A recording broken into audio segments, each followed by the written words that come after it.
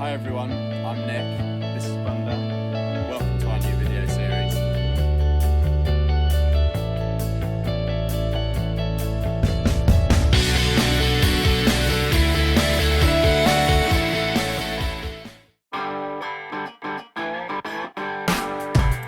Hello everybody and welcome back to our channel.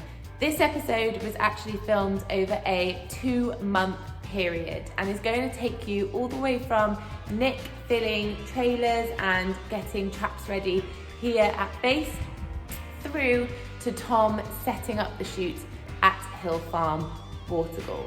Honesberie run a competition series every summer at our sister site, Hill Farm, Watergall. I will put the postcode here for you on screen. Our competition series is a highlight of our summer every year, and if you are interested in taking part, then drop us an email or give us a call here at Honesberie.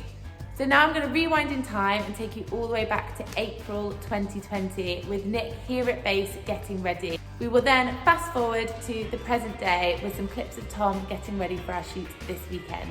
So sit back, relax and enjoy. So preparation starts here. I've already been over with a flail cutter and strimmer to cut out all the rides again because the shooting hasn't been on since last November. There are so many different things that we need to do in preparation. So for all of the front bars of the stands and the top crossbars, we've got wraps which go around.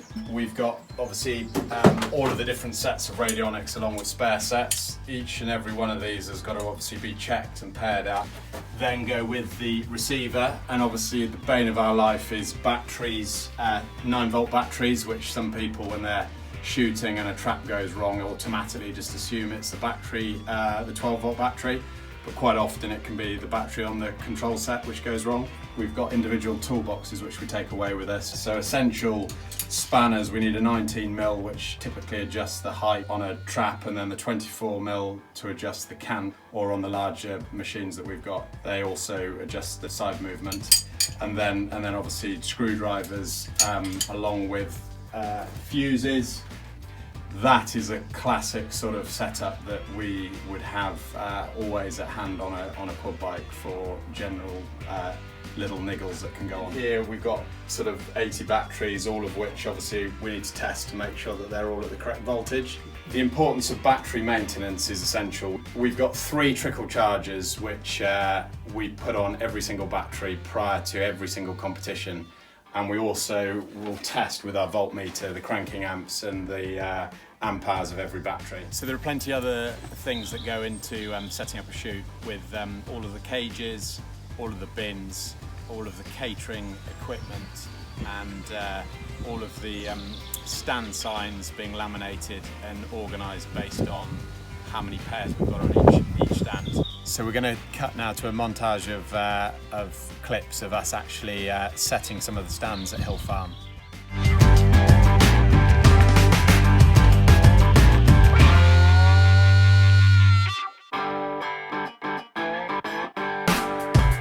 Today is Tuesday, the 14th of July, and I am here at Hill Farm with Tom, our grounds manager, and Ed, one of our groundsmen, setting up for the shoot this Sunday. We've just spent the morning refilling all of the traps from the practice day that we had on Saturday. We also lay spare clays next to each of the traps so that throughout the competition we can refill should any empty. But with that job done, I am now going to go with Tom and change one of the springs on one of the Promatic traps on one of the stands. And then to finish off the day, we are going to move our high tower over to stand 6 and show you how we would set up a stand from start to finish.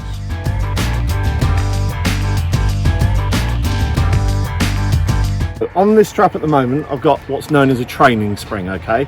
So this is the smallest one that Promatic do. My job now, I'm going to change the target, but I'm actually going to change the spring on it, okay? So I'm going to take the training spring off and I'm going to put the medium normal spring on.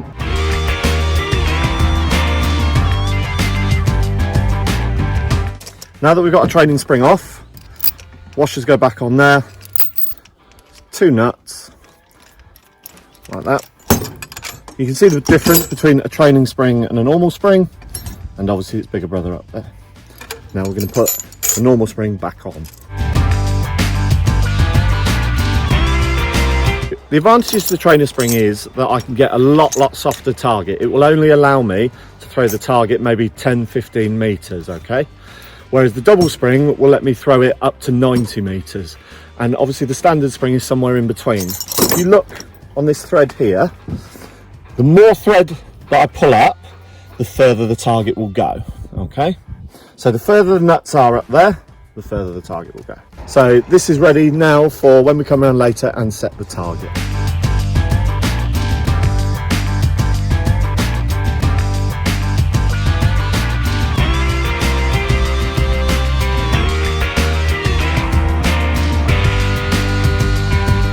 We're here at stand 6. We set the Batu yesterday, which is going to be the B bird, which comes out about 35 to 40 yards up. We're now going to set the A bird that's going to come from the tower. For me personally, I like to have a lot of balance.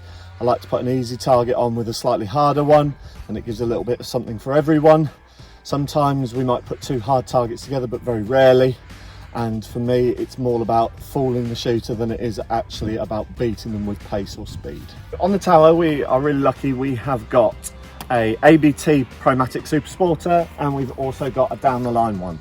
What this enables us to do is when the tower's up the top, from the remote, we can move it left, right, up and down on the ABT, and on the down the line, we can move it left and right. With this stand, the Batu's okay, it's a nice target. It's got a little bit of distance on it. What I plan to do is on this one is take the double spring off, and I'll put a trainer spring on it so the target comes out and literally just lobs out as a going away target. The other one, the down the line trap, will be for stand 7. We'll turn it round and throw it over the top of the gap as a nice big crosser.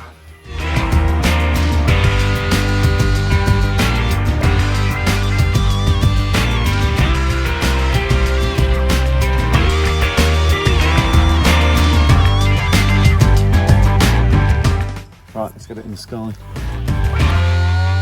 Okay, so now we've got the tower up in the air. I've had a look at the target. I've had a look at it left-handed, right-handed. I'm obviously quite tall at 6'4", so I've had a kneel down. You know, young kids, 10-year-olds coming to shoot, they will all want to be able to see the target. So what I'm looking for is whether it works as an A bird or a B bird. This is going to be an on report pair. So whether it works with the Batu first, being the slightly harder target so people can set up for it, or do I want it to be a slightly harder stand by giving them the easy stand target first and then putting the gun in the wrong place for the harder target. As it turns out with this, I'm going to shoot the easy target first because I'm going to have to raise the Batu up because it actually, where it falls is through the machine, and I don't want people shooting at the tower. So the target looks better like this. Now I've raised the Batu up. It's got a nice arc on it. I'm still not 100% happy with it, so what I'm actually going to do is I'm going to move the cage across 4 foot, just so the angle is a little bit better and you're not obstructed of your view.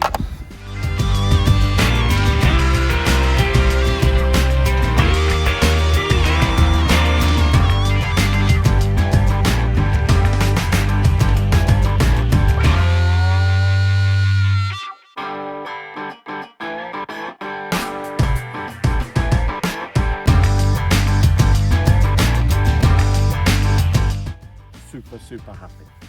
So there you have it. That is our journey all the way from packing for our competitions here at Honesberie HQ through to actually setting up the stands at Hill Farm. We really hope that you have found this video enjoyable and informative. If you have any questions at all, please drop them in the comments below. If you are interested in competing at our competitions, then drop us a line. The number is here on our screen, and for more information, click the link in our description box. Remember to like, subscribe, and hit the notification bell so that you never miss a video. Stay safe, and we'll see you next week.